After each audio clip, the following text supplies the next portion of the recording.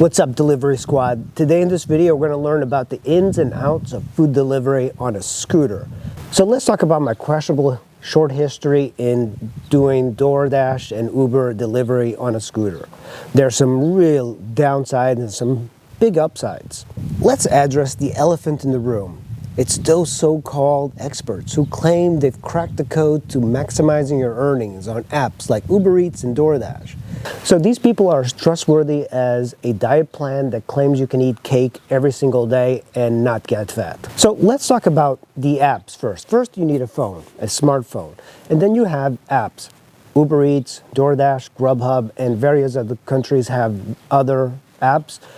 Those are the three that I'm using. So Uber Eats is the top one, and the top one you should probably install because it's the easiest to use and it's very easy to get online and start taking orders.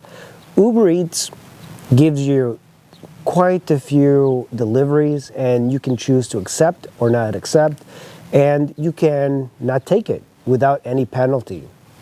And it really depends on the area. So if you're in a particular area, it kind of takes the deliveries from a radius around you and offers them to you, like this gimmicky thing that they do with point systems.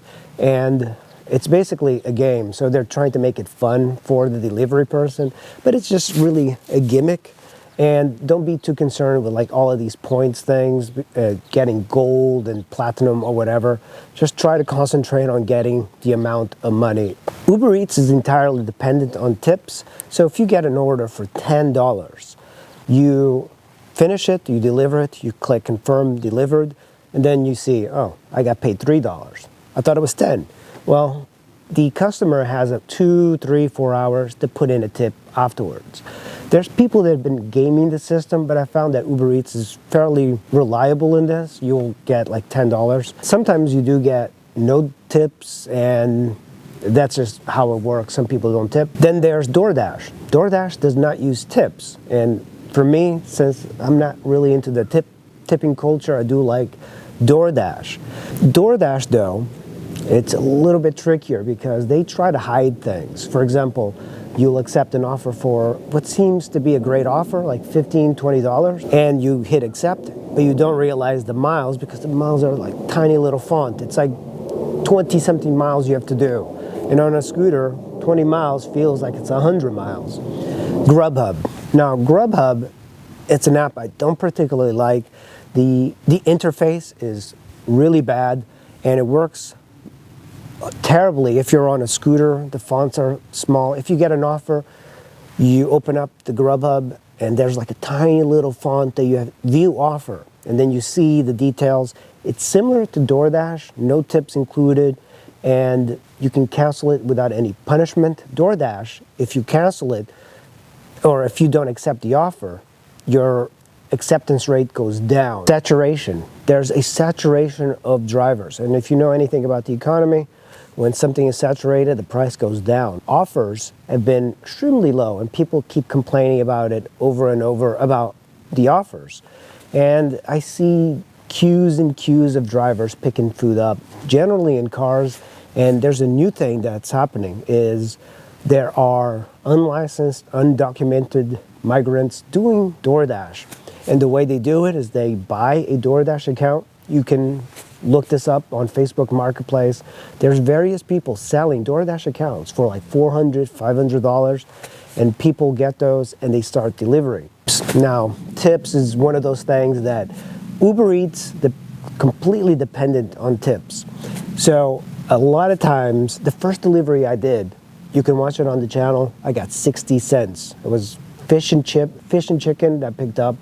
Took it to the person. It was a very low offer for $2, but I was surprised to get 60 cents.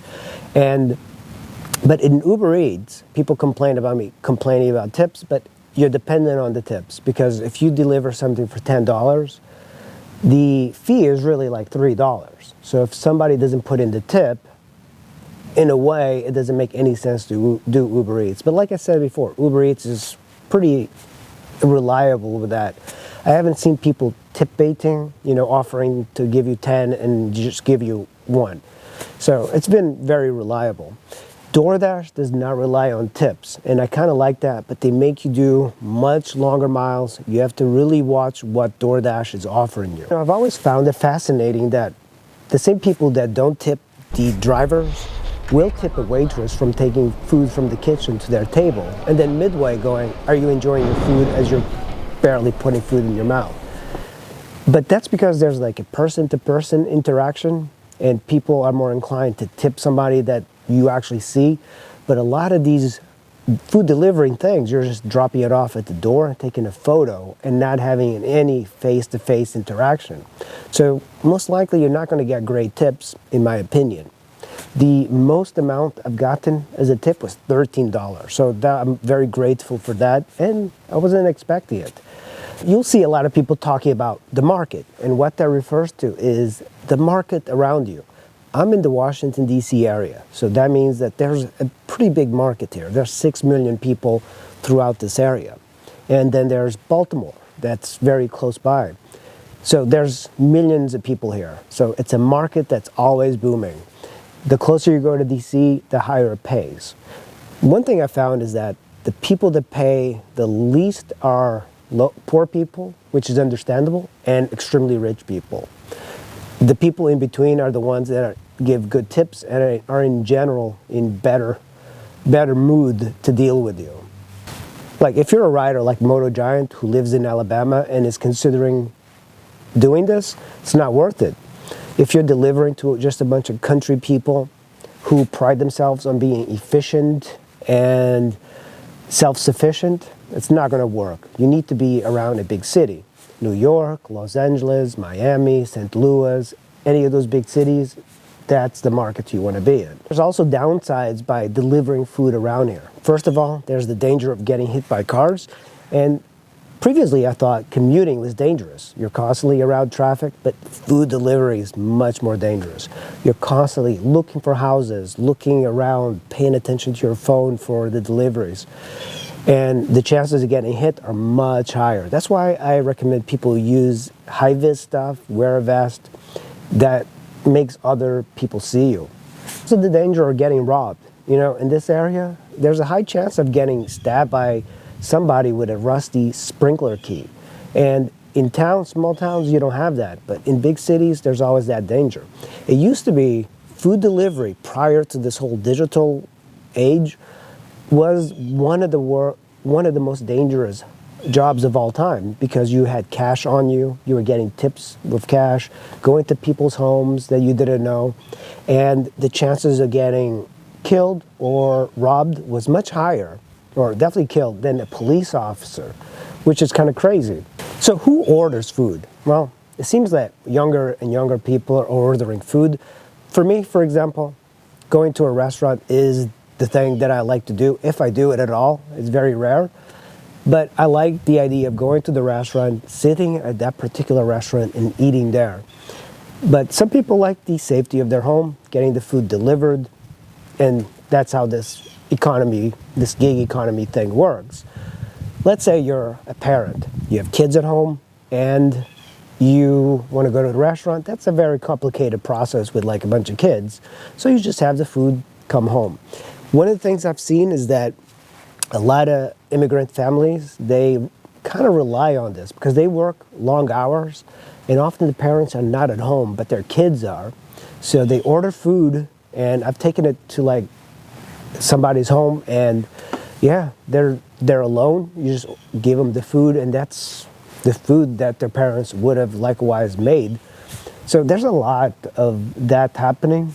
And one of the things you might be wondering is, how much money can you make doing this? Well, for me, it hasn't been good, but I've only just began doing it. The most I've made was $175, and that is working until midnight. And I've seen riders make $250, $300, $400, but that seems to be a very small minority, and you do have to hustle to get that done. So one of the things you have to look forward to is working by yourself. You're pretty much just going inside a store, picking up the food, deliver it, take it to a customer. You have very little interaction for long periods with the same people over and over. Generally in fast food places, they have such a high turnover rate, you never see the same person. So it's kind of a cool job because you don't rely on anybody. You don't have to deal with any office politics. You're on the outside. You can pick and choose your hours. There's a lot of great benefits to it. And one thing you have to realize is that this is the service industry and customers are always right.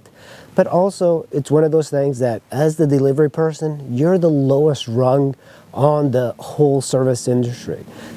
People give you the cold shoulder, at least for me, and I try to be as friendly as possible. There are some awesome people, but most of the time, you just don't have a lot of interaction. It's just you get in, you get out, do your job, and that's it. So what are the negatives to doing this? Especially on a scooter, the risk is quite obvious. You could get hit by a car. You're constantly like looking for houses, looking at your app and your phone. You're constantly doing things.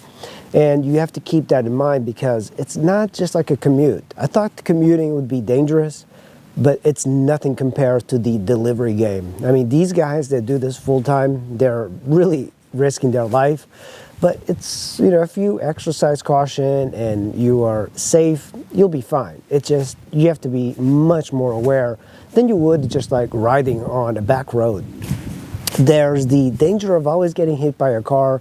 There's the danger of like getting robbed. That's kind of high up, or it used to be higher up. And even though you could make decent money, you're working many more hours. You're putting wear and tear on your vehicle. You have to consider tire changes, oil changes, insurance. And at the end of the day, it's even if you're making a decent amount, you're kind of still making minimum wage. But that's fine because when you consider the benefits, which I'll talk about in a minute. Also, remember, as a contractor, you're going to get taxed on the amount of money that you make. I don't see a lot of people talking about that, but if you make $100, Uncle Sam's going to get 20%. So what are some of the positives? Well, if you're into food, you're going to see a whole lot of restaurants that you didn't even know about. And you go to different restaurants, you see the prices, and sometimes like you'll find a gem. You're also your own boss. You can make up your own hours. You can work whenever you feel like. You can turn down offers, and you can work as much as you want. So that's a big benefit in my book. There's also the benefit of not having to deal with any office politics. As someone that's worked in an office and has to deal with people who try to manipulate you, this hustle, this job is simple. Get the food, deliver the food. It's as simple as that. If somebody's like a douche to you, remember, they're only going to be a douche to you for like a minute. You can take it. But if you have to work with somebody that's a douche day in and day out, it gets on you. The tedious douchiness will get on you. For me, the benefit is you get to pay to ride your scooter, your motorcycle, your car, and you get to be outdoors, you get to look at people's houses, you get to meet different people, and just being your own boss is the greatest of benefits.